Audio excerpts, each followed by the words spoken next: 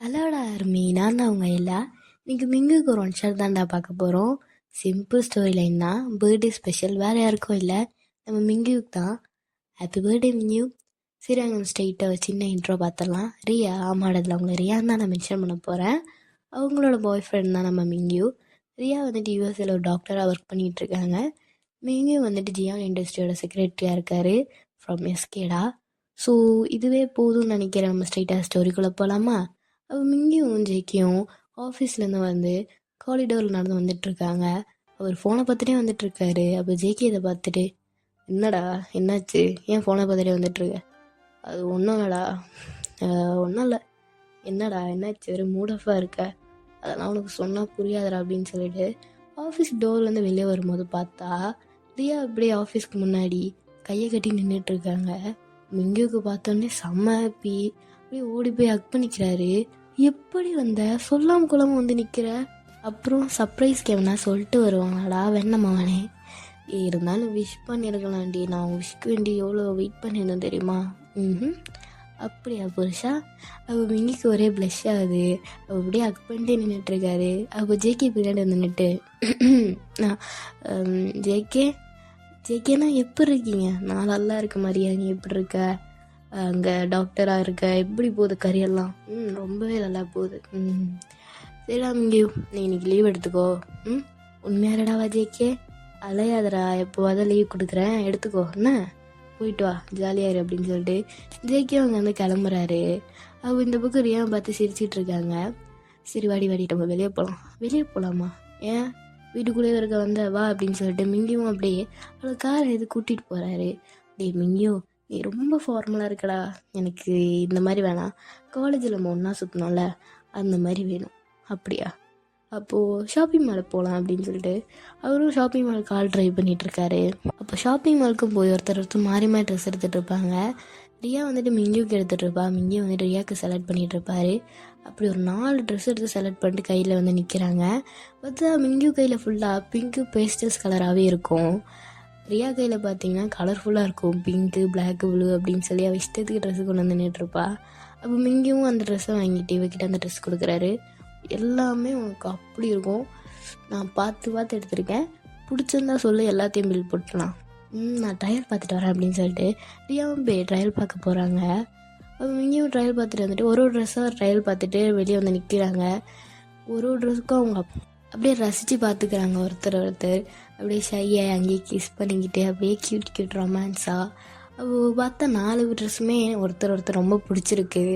அப்போ அந்த 4 ட்ரெஸ்ஸையும் கொண்டு போய் பில் போடுறாங்க. பில் போட்டு காரில் உக்காண்ட்ருக்காங்க. இப்போது சரி பொண்டாட்டி, அடுத்து எங்கே போகலாம்? அடுத்தது நீயே சொல்லு, இன்னைக்கு உண்டே தானே? சரி, பட் ஒரு கண்டிஷன். என்னடி? மார்னிங் வரைக்கும் தான் உன்னோட டே, அதுக்கப்புறம்னா அது என்னோட டேப்பா. சரிடி பொண்டாட்டி, நீங்கள் சொன்ன மாதிரி நடக்கட்டும். இப்போ மார்னிங் என்னோட டேயில், அதனால் நான் உங்களை ஒரு இடத்துக்கு கூப்பிட்டு போகிறேன். எதுவுமே கேட்காம நீங்கள் என் கூட வரணும், என்ன? கண்டிப்பாக புருஷா. சரி, இந்த இடவரும் கார் ட்ரைவ் பண்ணிட்டு அப்படியே போயிட்டே இருக்கீங்க. ஆமாம், நீ வந்து ஜோவிக்கு தெரியுமா என்ன? சத்தியமாக தெரியாது, சொல்கிறத நாளைக்கு அவளை போய் சர்ப்ரைஸாக மீட் பண்ணும். ஒரு வேளை தெரிஞ்சுதான் என்ன நடக்கும்? அவ்வளோதான், ஜிங்குன்னு அங்கேருந்து ஆடுவா, ஃபோன் பண்ணி அசிங்கமாக கிழிப்பா, அவ்வளோதான், பேசவே மாட்டா. அவ்வளோ பயமா என்ன? சீச்சி, பயம்லாம் இல்லை, ஆனால் லைட்டாக இருக்குது. அப்போ பிங்கி இதை கேட்டு சிரிச்சுட்டு ஒரு ரோட்டு வந்துட்டுருப்பாரு. இது ஆமாம் அதே ரோடு தான் அப்படின்னு சொல்லிட்டு உங்கள் ஸ்கூலோட, நீங்கள் இப்போ படித்த ஸ்கூலோட பேக் சைடு இருக்கும் இல்லையா, அதில் வந்து காரை பார்க் பண்ணுறாரு. இங்கே என்ன பண்ணுற, அதுவும் ஃப்ரண்ட்டில் நிறுத்தாமல் ஏன் பேக் சைடு நிறுத்துற? அடியே, நமக்கு எப்படி ஸ்கூல் கேட்டு வழியாக போய் பழக்கம், எப்போ பார்த்தாலும் லேட்டாக தான் வருவோம், ஸ்கூல் பேக் சைடு எகிரி குதிச்சு தானே பழக்கம், அதனால் நம்ம ஓல்ட் டேஸை கொஞ்சம் எக்ஸ்பீரியன்ஸ் பண்ணலாம். என்ன இப்போ இந்த சிவரை எகிரி குதிக்கணுமா என்ன? கண்டிப்பாக. நம்ம சின்ன வயசுலேருந்து எப்படி ஸ்கூலுக்கு வருவோம், 3/4 நாள் லேட் ஆகும் இல்லையா, அப்போ நம்ம சிவரை எது குதிச்சு தானே போவோம், அதே மாதிரி தான் இன்றைக்கி பண்ண போகிறோம். என்ன லைட்டாக மிஸ் பண்ணுவோன்னா ஜிமினையும் ஜோவி, அதுக்கப்புறமா ஜேகேலாம் மிஸ் பண்ணுவோம். பட் பரவாயில்ல, இன்றைக்கி ஒன் டே நம்ம 2 பேரோட மட்டும் டே. ஸோ நம்ம 2 பேர் அதை எக்ஸ்பீரியன்ஸ் பண்ணலாம் என்ன அப்படின்னு சொல்லிட்டு அவங்க 2 பேரும் அந்த ஸ்கூலோட செவரையும் எகிரி குச்சி ஸ்கூலுக்குள்ளே போகிறாங்க. போய் அந்த கிரவுண்டில் நின்ன உடனே 2 பேரும் ஹேண்டை ஹோல்ட் பண்ணி ஒருத்தர் பார்த்து சிரிச்சுக்கிறாங்க. ஏன்னா சும்மா இல்லை, உண்மையாலே காதல் வந்துட்டு ஸ்கூலில் நடந்தா, அதுவும் முதல் காதல் அங்கே இருந்தா, நம்ம ஸ்கூலுக்கு வரும்போது நிறைய ஞாபகம் இருந்தாலும் ஒரு விஷயம், நம்ம அந்த ஸ்கூலுக்கு முன்னாடி நிற்கும் போது நம்மளோட முதல் காதலும் நமக்கு ஞாபகம் வரும். அதே மாதிரி தான் அவங்க ஹேண்டை ஹோல்ட் பண்ணி அந்த ஸ்கூலில் ஒரு நிமிஷம் அவங்க ஓல்ட் டேஸ் தான் நினச்சி பார்த்தா அவ்வளோ சந்தோஷமாக இருக்குது. அவ்வளோ சிரிப்பு சத்தம், காதலில் கொஞ்சம் கொஞ்சம் ரொமான்ஸ், இதெல்லாம் அவங்களுக்கு ரொம்ப புதுசாக இருந்தாலும் அந்த ஃபீல் இருக்கு இல்லையா, அது வார்த்தைகளால் சொல்ல முடியாது. அப்போது ஹேண்டை ஹோல்ட் பண்ணிட்டு அந்த ஸ்கூல் ஃபுல்லாக சுற்றி பார்த்துட்ருக்காங்க. மிங்கும் இங்கே பாரு, இந்த கிளாஸ் உனக்கு ஞாபகம் இருக்கா, நம்ம போடாத சண்டே கிடையாது சின்ன வயசில். ஆமாம்ல, 6th B செம்ம ஜாலியான டேஸில் அப்படின்னு சொல்லிகிட்ருக்காங்க. அப்போது ஒரு ஃப்ளாஷ்பேக் யோசித்து பார்க்குறாங்க 2 பேருமே. அதாவது சின்ன வயசு, அவங்க 2 பேருக்கும் ஒரு 12 வயசு தான் இருக்கும். அந்த டைமில் ரியா தான் கிளாஸ் ரெப்பாக இருந்திருப்பார். மிங்கியும் வந்துட்டு ரொம்பவே சேட்டை பிடிச்ச பையன். அப்போது மிங்கியும் வந்துட்டு சும்மா இல்லாமல் இவங்க கிளாஸ் வந்துட்டு டீச்சர் சர்வ் இல்லாதனால நம்ம ரியா தான் உட்காந்து கிளாஸ் பார்த்துட்ருப்பா. அப்போ சும்மா இல்லாமல் அங்கேருந்து சத்தமாக பேசுகிறது, ரியாவை அங்கேருந்து கலாய்க்கிறது அப்படின்னோடனே ரியா அங்கேருந்து டஸ்ட்டை தூக்கி போட்டிருப்பா. மிங்கு செம்ம காண்டாகி வந்து முடியை பிடிச்சி இழுத்துருப்பாரு.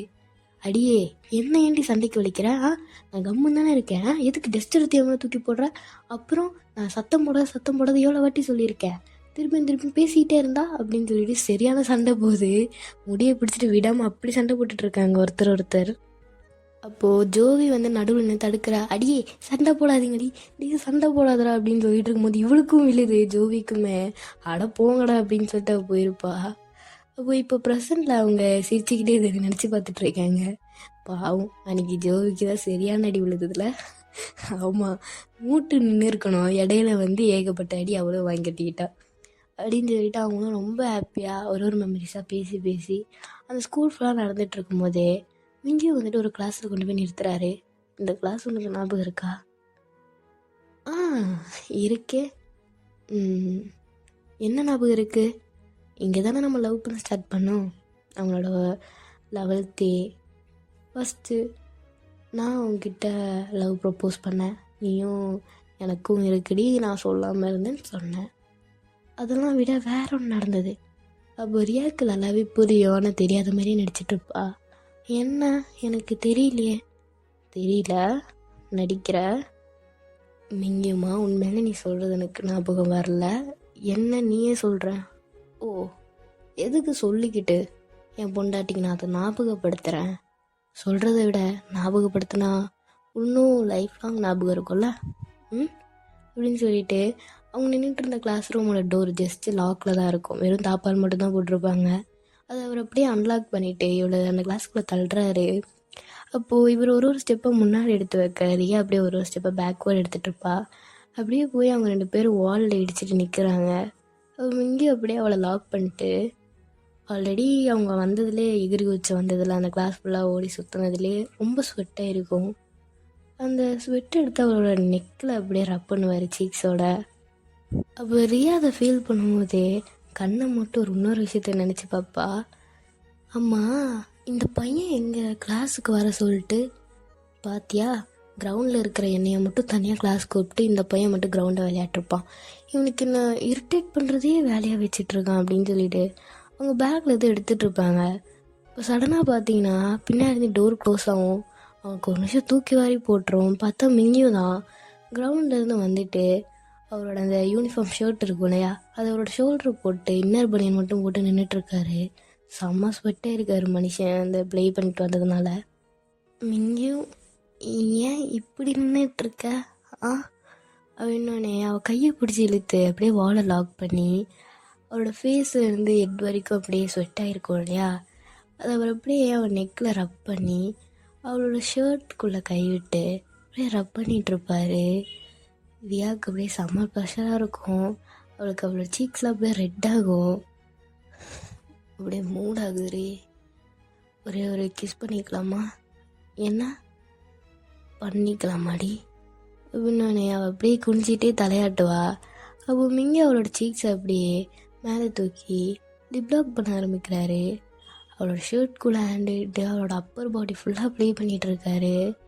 ப்ரெஸ் பண்ணுறது, அவளோட இப்போ பிடிச்சி கிராப் பண்ணுறதெல்லாம் பண்ணிகிட்ருக்காரு. ரியா அப்படியே அவரோட ஷோல்டர் வந்து ஹெட்டெல்லாம் அப்படியே ரொம்ப ப்ரெஸ் பண்ணி ரொம்ப லவ்வபுளாக அந்த மூமெண்ட் போயிட்டுருக்கும். அப்போ சடனாக யாரும் டோர் நாக் பண்ண வந்தால் ஸ்டாப் பண்ணுவாங்க. இப்போது ப்ரெசண்ட்டில் வாட்ச்மேன் அப்படியே நீங்கள் இருந்த கிளாஸோட டோர் அப்படியே ஸ்டிக்கர் வச்சு தட்டுவார். டேய் இனி ஸ்கூலே இல்லை, ஆமாம் ஸ்கூல் பசங்களுமே தெரில, டே என்னடா பண்ணிட்டு இருக்கீங்க ஸ்கூலில் அப்படின்னு சொல்லி கத்துவார். இப்போ மிங்கி அப்படி உங்களோட ஹேண்டை ஹோல்ட் பண்ணிவிட்டு அந்த வாட்ச்மேன் லைட்டாக தள்ளி விட்டுட்டு அப்படியே ஓட ஆரம்பிக்குவாங்க. டேய் திருட்டு வேலையாக பண்ணுறீங்க, இது என்ன ஸ்கூலாக லார்ஜாக நினச்சிங்களா அப்படின்னு சொல்லிட்டு வாட்ச்மேன் அப்படியே அவங்க பின்னாடியே துரத்திட்டு இருப்பாரு. இவங்களும் கடகடன்னு ஓடி அந்த ஸ்கூலோட பேக் சைடு எப்படியே எகிரி குதிச்சு 2 பேரும் அப்படியே ஹேண்டை ஹோல்ட் பண்ணி சிரிச்சுக்கிட்டே ஓடி வந்துட்டுருக்காங்க. அப்படியே கார்கிட்ட வந்து நின்று மூச்சு வாங்கிட்டு இருக்காங்க. உனக்கு ஞாபகம் இருக்கா, அந்த மனுஷன் அப்பவும் நம்மளை அப்படி தானே துரத்துவார். ஆமாம் அப்படியே மாறவே இல்லை, அதே ஸ்ட்ரென்த்தோடு இருக்கான் அந்த ஆள், வயசும் ஆகலை, பின்னாடி எப்படி துரத்திட்டு வரான் பாரு அப்படின்னு சொல்லி அவங்க சிரிச்சிட்டு இருக்காங்க. ஓ சரி ஓகே, இன்னும் நிறைய ஃபன் பார்க்கணும்ல. ஆமாம் இப்போது ஈவினிங் ஆயிடுச்சு, உன்னோட மார்னிங் டேயும் முடிச்சிருச்சு. ஸோ இது இனிமேல் என்னோட டே. ஸோ அதனால் கார்லாம் வேணாம், எனக்கு பைக் வேணும். எப்படி நீங்கள் இப்படி பேசிகிட்டு இருக்கும்போதே உங்கள் பக்கத்து யாரோ பைக்கை உட்காந்து ஆக்சிலரேட் பண்ணுற மாதிரி உங்கள் சவுண்டு கேட்கும். யாரான்னு பார்த்தா டேய் ரியா மிங்கியூ இங்கே என்னடா பண்ணிகிட்டு இருக்கீங்க? டேய் மச்சான் ஜிமீன், ரியா நீ எப்போ வந்த? நீ ஜோவிக்கிட்ட சொன்னியா என்ன? ஜிமினா அப்படி சொல்கிறத நான் சொல்லவே இல்லை, சர்ப்ரைஸாக நாளைக்கு வரலான்னு நினச்சேன். உளறி கிளறி வச்சிடாத, இன்னைக்கு கூப்பிட்டு நான் அப்படியே அறுத்துருவா. நீ உளறி வைக்காதப்பா. சரிடா ஏன்டா இப்படி மூச்சு வாங்கி நின்றுட்டுருக்கீங்க? அது ஒரு சின்ன பஞ்சாயத்து மச்சான். என்னடா எவனா அடிக்க வரானா என்ன? நான் வரணுமா? அதெல்லாம் ஒன்றுத்தையும் பிடுங்க வேணாம். அப்போ தான் அவங்க 2 பேர் ஜிம்மின் பைக்கில் தான் வந்திருக்க நோட் பண்ணுறாங்க. அவள் பார்த்துட்டு ஒருத்தரத்தை பார்த்து ஸ்மைல் பண்ணுறாங்க. அடுத்த சீனே பார்த்தா அந்த பைக்கில் மிங்கி முறையாகவும் உக்காண்ட்ருக்காங்க. ஜிம்மின் அப்படியே ஆப்போசிட்டில் நின்றுட்டுருக்காரு. அடப்பா அவங்களா, எதாச்சித்தமாக நான் உங்களை தெருவில் பார்த்து தான்டா என் தப்பு. என் செல்லக்குட்டி தூக்கிட்டு போகிறீங்களாடா. இன்னைக்கு ஒரு நாள் மச்சான், நாளைக்கு காலையில் வீட்டில் கொண்டு வந்து நிப்பாட்டிடுறோம் என்ன? சர்ரா நாயே, எதை வேணா பண்ணி தொலை, ஜாலியாக இரு. ஆனால் என் தங்கத்தை எப்படி கூப்பிட்டு போறியோ அப்படியே என் வீட்டில் வந்து சேர்க்கணும்ண்ணே. சரி உன் காருக்கு கூப்பிட்டு நான் வீட்டுக்கு போகிறேன். ஜிமினா உனக்கு அறிவு இருக்கா இல்லையாடா? ஏன்டி இந்த காருக்கு கொண்டு போனால் அவள் கேட்பால ஜோவி, ஏகப்பட்ட கேள்வி கேட்பா, நோண்டி நோண்டி கேட்பா. நீ ஒழுங்காக பதில் சொல்லலாம், உனக்கு வேற சமாளிக்க வேற தெரியாது. ஆமாம் அதனால் மூட்டு கேப் பிடிச்சிட்டு போ, இது கார் இங்கேயே பார்க் பண்ணிக்கிறோம். என்னடி? இல்லைன்னா ஜிமினா என்ன, நீ அந்த காரை கொண்டு போய் என் வீட்டில் ட்ராப் பண்ணுறா, அங்கேருந்து கேப் பிடிச்சி போ. இதுக்கு நான் காரை கொண்டு என் வீட்டுக்கே போயிட்டோன்னா அதான் சொல்கிறோம்ல, ஜோவிக்கிட்ட மாட்டேன்னா நீ செத்தனோ இல்லையோ நான் செத்துருவேன். நீங்கள் இப்படி சாவடிக்கிறீங்களேடி என்ன? நான் இன்னைக்கு இங்கே வந்திருக்கே கூடாது. அதுவும் வண்டி எடுத்து நின்ன பற்றியா, அதுதான் என் தப்பு. சிவனே நான் பாட்டு வண்டி எடுத்து போயிருக்கணும். மச்சான் ஒரு ஹெல்ப் பண்ணுறா, ஏன்டா கெஞ்சாத நாயே போகிறேன் அப்படின்னு சொல்லிட்டு அவரும் அந்த காரில் ஏறி கிளம்புறாரு. அப்போ நீங்களும் அந்த பைக் எடுத்துகிட்டு செம்ம ஃபாஸ்ட்டாக போயிட்டுருக்கீங்க. சரிங்க மேடம், நீங்கள் சொன்ன மாதிரியே நண்பன்கிட்ட இருந்து வண்டியை பிடிங்காச்சு. இப்போ அடுத்து எங்கே போகிறோம்? எல்லாம் உங்கள் கையில் தான் இருக்குது. ஏன்னா மார்னிங்க்கு அப்புறமா என் டே முடிஞ்சிருச்சு இல்லையா? சரி சார் நான் சொல்கிறேன், அந்த ரூட்டுக்கு போங்க அப்படின்னு சொல்லிட்டு அவ்வளோ ஒரு கைட் பண்ணிகிட்டு இருக்கா. அப்படி போயிட்டு ஒரு பீச் ஹவுஸில் தான் வண்டி ஸ்டாப் ஆகுது. என்னடி இது? சொல்கிறேன் வா அப்படின்னு சொல்லிட்டு இவனும் நம்ம மிங்கியோட ஹேண்டை ஹோல்ட் பண்ணிட்டு அப்படியே அந்த வீட்டுக்கு பின்னாடி தான் பீச் இருக்கும். அப்படியே கொண்டு போய் அவங்க நடந்துக்கிட்டே இருக்கும்போது தான் ஒரு கேண்டில் லைட் டின்னர் செட்டப் செம்ம அமேசிங்காக இருக்கும். எனக்கு கிட்டத்தட்ட அது சன்செட் ஆக போகிற டைமிங், அவ்வளோ அழகாக இருக்கும் அந்த இடம் ஃபுல்லாகவே. என்னடி? சொல்கிறேன் வா வா அப்படின்னு சொல்லிட்டு அவங்களும் கூப்பிட்டு போய் பார்த்தா அந்த டேபிளில் கேக் இருக்கும். ஹாப்பி பர்த்டே மிங்யூ அப்படின்னு சொல்லிட்டு அவள் மிங்கி ஹக் பண்ணி அவருக்கு லைட்டாக டியர்ஸ் வருது. ஏன்னா இவங்க அது கிட்டத்தட்ட 3 வருஷமாகவே லாங் டிஸ்டன்ஸ் ரிலேஷன்ஷிப்பாக தான் இருந்திருக்கும். அந்த 3 வருஷமே ரியாவில் இங்கே வந்திருக்க முடியாது எஸ்கேக்கு. அப்புறம் அந்த 3 வருஷம் அவங்க வந்துட்டு ஒருத்தர் கேக் வாங்கி வச்சு அவங்க அங்கேருந்து கட் பண்ணுவாங்க, இவர் இங்கேருந்து கட் பண்ணுவார். ஸோ லிட்ரலி அவர் ரொம்ப மிஸ் பண்ணியிருப்பார் அவளை. இப்போது ரியா வந்துட்டு அவரோட டியர்ஸ்லாம் வைப் பண்ணி விட்டுட்டு, ரொம்ப நாள் ஆச்சுல ஒரு கமிட்மெண்ட்ஸும் உனக்கும் எனக்கும் இல்லாமல், நான் ஸ்கூல் டேஸையும் காலேஜ் டேஸையும் ரொம்ப ரொம்ப மிஸ் பண்ணேன் மிங்கியூ. எனக்கு அந்த ஒரு டே பழைய மாதிரி வரணும்னு நான் நினச்சேன். பட் நான் சொல்லவே இல்லை, நீ அதை புரிஞ்சுக்கிட்டு என்னை ஸ்கூலில் கூப்பிட்டு போனேன். நம்ம காலேஜில் எப்படி ரொம்ப கேஷுவலாக ரொம்ப ஒரு க்யூட்டான ரொமான்டிக்கான கப்புள்ஸாக இருந்தோமோ அதே மாதிரி தான் இன்றைக்கி ஃபுல்லாகவே நம்ம சுற்றினோம். கிட்டத்தட்ட இந்த 3 வருஷம் நான் அவனை மிஸ் பண்ணாத நாளே கிடையாது. அந்த ஒரு பர்த்டே உனக்கு வரும்போதும் எனக்கு கஷ்டமாக இருக்கும். நான் பக்கத்தில் இல்லையே, ஒன்று கூட சர்ப்ரைஸ் பண்ண முடியலையேன்னு அவ்வளோ கஷ்டப்படுவேன். பட் இன்னைக்கு நான் அவன் கூட இருக்கேன். என் லைஃப்லே எனக்கு ரொம்ப ப்ளஸ்ஃபுல்லான டே இது. ஐ லவ் யூ மிங்கு என்னன்னு மிங்கியும் அப்படியே அவளை கிஸ் பண்ணிட்டு அந்த கேக் 2 பேரும் ஒன்றா சேர்ந்து வெட்டுறாங்க. பக்கத்துலேயே 2 ஒயின் பாட்டில் இருக்கும். அப்போது கேக்லாம் கட் பண்ணி ஒருத்தர் ஃபீட் பண்ணிட்டு அப்போது ரியா வந்துட்டு அவரோட ஃபேஸ்லாம் கேக் அப்படியே தடவிட்டுருப்பா. அப்போ மிங்கியும் அவளோட இப்போ அப்படியே டைட்டாக கிராப் பண்ணி அவளோட பாடியோட க்ரஷ் பண்ணி அந்த கேக்கோட ஒரு பீஸ் எடுத்து அவளோட சீக்ஸ்லேருந்து லிப்ஸ்லேருந்து அவளோட க்ளீவேஜ் வரைக்கும் அப்படியே அந்த கேக்கை ரப் பண்ணுவார். அப்போ ரியா ஒரு மாதிரி பாப்பா. ஸ்டார்ட் பண்ணலாமா பொண்டாட்டி, என்னோட 3 வருஷம் வெறிய காட்டட்டுமா அப்படி சொல்லிட்டு மிங்கியோ அந்த கேக் ரப் பண்ணியிருப்பா இல்லையா அவளை சீக்ஸ் வந்து க்ளீவேஜ் வரைக்கும் அப்படியே அவளை லேப்பில் உட்கார வச்சு அந்த கேக் ஃபுல்லாக அவர் சக் பண்ணி லிக் பண்ணி அப்படியே ஃபீல் பண்ணி சாப்பிட்டுட்ருக்காரு. ரியாக்கு இங்கே ப்ளஷர் ஹீல் பண்ணிக்கவே முடியல. அவள் லிப்ஸில் வந்து லிட்டரலி அவள் லிப்ஸை கிஸ் பண்ணலை, ஈட் பண்ணிகிட்ருக்காரு. அந்தளவுக்கு சக் பண்ணி பைட் பண்ணி அப்படி டேஸ்ட்டாக ரசித்து சாப்பிட்டுட்ருக்காரு. இப்போ அடுத்து நெக் வந்து அந்த க்ளீவேஜ் வரைக்கும் அவர் கிஸ் பண்ணிட்டு அந்த கேக்கை சாப்பிட்டுட்ருப்பாரு. பேக்கெட் அப்படியே டைட்டாக க்ரிப் பண்ணிப்பா. இதுக்கு மேலே என்னால் முடியாது அப்படின்னு சொல்லிட்டு அவளை அப்படியே ஒரே ஹேண்டில் தூக்கிட்டு பக்கத்தில் இந்த ரெட் ஒயின் எடுத்துகிட்டு பீச்சஸ்குள்ளேயும் போகிறாரு. போகும்போதெல்லாம் கிஸ் பண்ணிட்டு தான் இருப்பார். அப்சஸ் போய் அவளை அப்படியே ஒரு ரூமோட டோர் ஓப்பன் பண்ணி பெட்லேயே தூக்கி போடுறாரு. அப்போது ரியா வந்துட்டு மிங்கியோ கொஞ்சம் பொறுமையாரு, ஏன் இவ்வளோ ஃபாஸ்ட்டாக மூடாகுது. அப்போ மிங்கியும் இவன் மேலே லைட்டாக இவளோட 2 கை சேர்த்து வச்ச மாதிரி லாக் பண்ணிட்டு இவளோட ஒரு ட்ரெஸ்ஸையும் ரிமூவ் பண்ணி தூக்கி போடுறாரு. அப்படி ரிமூவ் பண்ணும் போதே அவளோட பாடியில் அந்தந்த இடத்துல அப்படியே கிஸ் பண்ணி சக் பண்ணி கிஸும் கொடுத்துட்ருப்பாரு. அப்போ எல்லா ட்ரெஸ்ஸும் கழட்டி தூக்கி போட்டு இன்னொரு ஹேண்டில் அவள் ஒயின் பாட்டிலோட கேப்பை ஓப்பன் பண்ணி இவன் மேலே ஃபுல்லாக ஊற்றுவார். மின்னும் என்ன பண்ணுற, நான் பண்ணுறத ஃபீல் மட்டும் பண்ணு, என்ன புருஷனை கேள்விலாம் கேட்காத, அனுபவி பொண்டாட்டி, ஆறாயதுடி என்ன அப்படின்னு சொல்லிட்டு அந்த ஒயின் பாட்டில் அப்படியே தூக்கி போடுறாரு. அது கீழே விழுந்து உடையுது. ஐயோ என் ஃபுல் ஃபார்மில் இருக்கான் போலையே. அப்போது மிங்கியும் அவளோட பாடியில் அந்த ஒயினோட ஒரு ட்ராப்ஸும் இல்லைன்னா அந்த ஒயின் இருக்குல்ல அப்படியே சக் பண்ணி லிக் பண்ணிகிட்ருக்காரு. ரியால சுத்தமாக முடியல. அவரும் அப்படியே அதை லிக் பண்ணும் போதே அவரோட ஷர்ட்டெல்லாம் அப்படியே கழட்டி தூக்கி போடுறாரு. அப்படியே லிக் பண்ணி இன்க்ளூடிங் அவரோட ப்ரைவேட் பார்ட் வரைக்கும் லிக் பண்ணிட்டு அப்படியே இன்சர்ட்டும் பண்ண ஆரம்பிக்கிறாரு. ரியால சுத்தமாக முடியல. சடனாக பண்ணதுனால ரியா அப்படியே கொஞ்சம் லைட்டாக கத்த ஆரம்பிச்சிருவா. பொண்டாட்டி இரு ஸ்லோ பண்ணுறேன்டி, இரு அப்படியே கத்தாதானே அப்படின்னு சொல்லி அவளோட அப்படியே ரப் பண்ணி கொடுத்துட்ருப்பாரு. ஹெட்டெல்லாம் ரப் பண்ணி கொடுத்துட்டு அப்படியே கிஸ் பண்ணிகிட்டே தான் லைட்டாக இன்சர்ட் பண்ணி ஸ்லோவாக பண்ண ஆரம்பிப்பார். அப்போ அவளும் அதை ஃபீல் பண்ணிட்டு கொஞ்சம் நேரம் கழிச்சு அவர் ஃபாஸ்ட்டாக பண்ணுவார். மிங்கோ ஸ்லோவா முடியலடி, அப்படியே விற்று வச்சுருக்கீங்க, முடியலனால கொஞ்சம் பொறுத்துக்கோடி, 3 வருஷம்ல வெறியாக இருக்கேன், அப்படி தான் இருக்கும், கொஞ்சம் பொறுத்துக்கோ அப்படின்னு சொல்லி கிட்டத்தட்ட 5 ரவுண்டுக்கும் மேலே போயிடும். அவரும் டயர்டாகி பக்கத்தில் படுக்கிறாரு. எப்படி இருந்தது இந்த ஃபீல் பண்ணலாம், எப்படி இருக்கு? என்னால் ஒன்றும் சொல்கிறதுக்கு இல்லை, வலிக்குது, அட் த சேம் டைம் எனக்கு ரொம்ப ப்ரெஷராகவும் இருந்தது.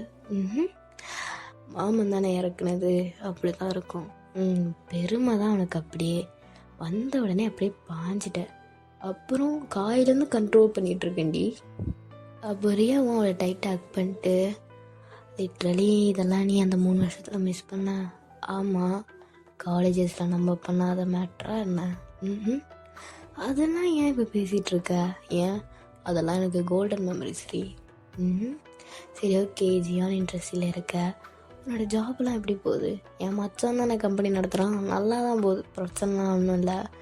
ஆனால் என்ன இடையில கமிட்மெண்ட்ஸ் வந்தனாலே நான் கொஞ்சம் பிஸி ஆகிட்டேன். கூட கால் பேசாத அளவுக்கு கொஞ்சம் பிஸி. நானும் எனக்கு ஹாஸ்பிட்டலில் டியூட்டி இருந்ததுனால கொஞ்சம் பிஸி ஆகிட்டேன். நான் லக்கி மிங்கியோ. ஏன் உன்ன மாதிரி ஒரு அண்டர்ஸ்டாண்டிங்கான ஒரு பார்ட்னர் கிடைக்கிறது எத்தனை பேர் கிடைக்கும்? ஐயோ புகழாத, எனக்கு ஒரு மாதிரி ஷையாக இருக்குது. அதே மாதிரி தாண்டி இவ்வளோ அழகான பொண்டாட்டியை கிடக்க நானும் கொடுத்து வச்சுருக்கணும். அவங்களும் அப்படியே அந்த மூமெண்ட்டை ஸ்பெண்ட் பண்ணிக்கிட்டே இருக்கும்போது மிங்கியோ அந்த டேபிளோட ட்ரா ஓப்பன் பண்ணி, என்னடா பண்ணிகிட்டு இருக்க, இருடி. அப்போது அந்த ட்ராவில் இருந்து ஒரு ரிங் எடுக்கிறாரு. ரியாக்கு அப்படியே வித்தின் செகண்ட்ஸ்லேயே வயசு ஃபுல்லாக டியர் அப்படியே ஃபில் ஆகி நிற்கும். என்னது இது? நான் இந்த வருஷம் பர்த்டே October 1 அதுக்கு கொடுக்கலான்னு இருந்தேன். அதுக்குள்ளே நீ என் பர்த்டேக்கு சர்ப்ரைஸ் பண்ணிட்ட. இப்போவே கேட்டுடுறேன், இப்போ புருஷன் பொண்டாட்டி மாதிரி தான் இருக்கும். will you marry me? அப்போது அவளை ஹக் பண்ணி ரொம்ப அழுகிறா. உண்மையாலே நான் மிஸ் பண்ணேன். நான் வீட்டில் போன வருஷம்தான் சொன்னேன். அவங்களும் ஓகே சொன்னாங்க. நான் உன்னை ப்ரப்போஸ் பண்ணலான்னு இருந்தேன் தெரியுமா, அதுக்குள்ள நீ ப்ரப்போஸ் பண்ணிட்ட. பரவாயில்லடி. Say yes or no? Yes, definitely yes. இன்னொன்னே அவங்களும் அந்த ரிங் எடுத்து உங்கள் கையில் போட்டு விடுறாங்க. மாறி மாறி ரிங்கை சேஞ்ச் பண்ணிக்கிறாங்க. ஸோ இதுவே ஒரு நல்ல ஒரு எண்டிங்காக இருக்கணும்னு நான் நினைக்கிறேன்டா. ரியா, நீ என்கிட்ட கேட்டேன், நான் போட முடியாதுன்ற மாதிரி சீன் போட்டேன். கடைசியிலே உனக்காகவே நான் போட்டுட்டேன். Happy idea. கொஞ்சம் பேக்ரவுண்ட் நாய்ஸ் இருந்தால் கொஞ்சம் அட்ஜஸ்ட் பண்ணிக்கோ. என் சரௌண்டிங் எப்படி, அதனால தான். பட் இது உனக்கு சர்ப்ரைஸாக தான் இருக்கும்னு நினைக்கிறேன். சரி, ஓகே. நீ கண்டிப்பாக இப்போ ஃப்ரீயாக இருக்க மாட்டேன். நைட்டு பார்க்கும்போது கண்டிப்பாக ரிவ்யூ சொல்லு. இது உனக்காக தான் ஐடியட். பை. அப்புறம் ஐடியட் இன்னொரு விஷயம் சொல்லணும். இதில் டூரேஷன் கொஞ்சம் கம்மியாக தான் இருக்குது. அட்ஜஸ்ட் பண்ணிக்க. ஃப்யூச்சரில் கண்டிப்பாக நான் மிங்கியோக்கு ஒரு ஒன் ஷாட் போடும்போது ஸ்டோரியில் இன்னும் எக்ஸ்பிளைனாக, அதாவது பி வித் மீ மாதிரி கொஞ்சம் எக்ஸ்பிளைனாக நான் கொஞ்சம் அதிக டியூரேஷன்லாம் வச்சு நான் உனக்காக ஒரு ஒன் ஷாட் போடுறேன். இப்போது பர்த்டே ஸ்பெஷல், இதை என்ஜாய் பண்ணு. அப்புறம் அதுமாரி நான் கமிட்டில் நிறைய போஸ்ட் பண்ணியிருந்தேன். ஜாங்குக்கு ஒரு லாங் எஃப்எஃப், அதுக்கப்புறமா ஜிமினுக்கு ஒரு ஒன் ஷாட், அதுக்கப்புறமா நம்மளோட ஜிமினோட லாங் எஃப்எஃப் இப்போ போயிட்டுருக்க த என் ஷிவ்லியோட நான் கண்டினியூஸாக வீடியோ போடுறேன்னு சொன்னேன். இப்போ 2 நாள் அது கேப் விட்டுருக்கேன்னு நினைக்கிறேன். அதுக்கப்புறமா நம்ம யோ மை பர்ஃபெக்ட், அது நான் ரொம்பவே நாளாக போடலை, மாதங்களாக நான் பிரேக் பண்ணி வச்சுருக்கேன் அதை. ஸோ இந்த வீக்லேருந்து அதை நான் கண்டினியூஸாக போட ஆரம்பிக்கிறேன்டா. ஸோ யாரும் தப்பாக எடுத்துக்க வேணாம். ஸோ அதுக்கு முன்னாடி நான் இன்னொரு விஷயம் சொல்லணும்னு நினச்சேன். நம்ம இன்ஸ்டா பேஜில் நம்மளோட புதுசாக ஏதாவது ஸ்டோரியில் என்ன இல்லைனா ஒன் ஷாட் போட்டோன்னா அதுக்கு இன்ட்ரோ, அது இல்லாமல் கொஞ்சம் எடிட்டிங் வீடியோலாம் நம்ம பசங்க எடிட் பண்ணி அதில் தான் போஸ்ட் பண்ணுவேன். ஸோ அதை பார்க்கணுன்னு நினைக்கிறீங்கன்னா கண்டிப்பாக நம்ம இன்ஸ்டா பேஜை ஃபாலோ பண்ணிக்கோங்கடா. ஸோ இதோட நான் முடிச்சுக்கிறேன். டடா பை, சி யூ ஆர்மி.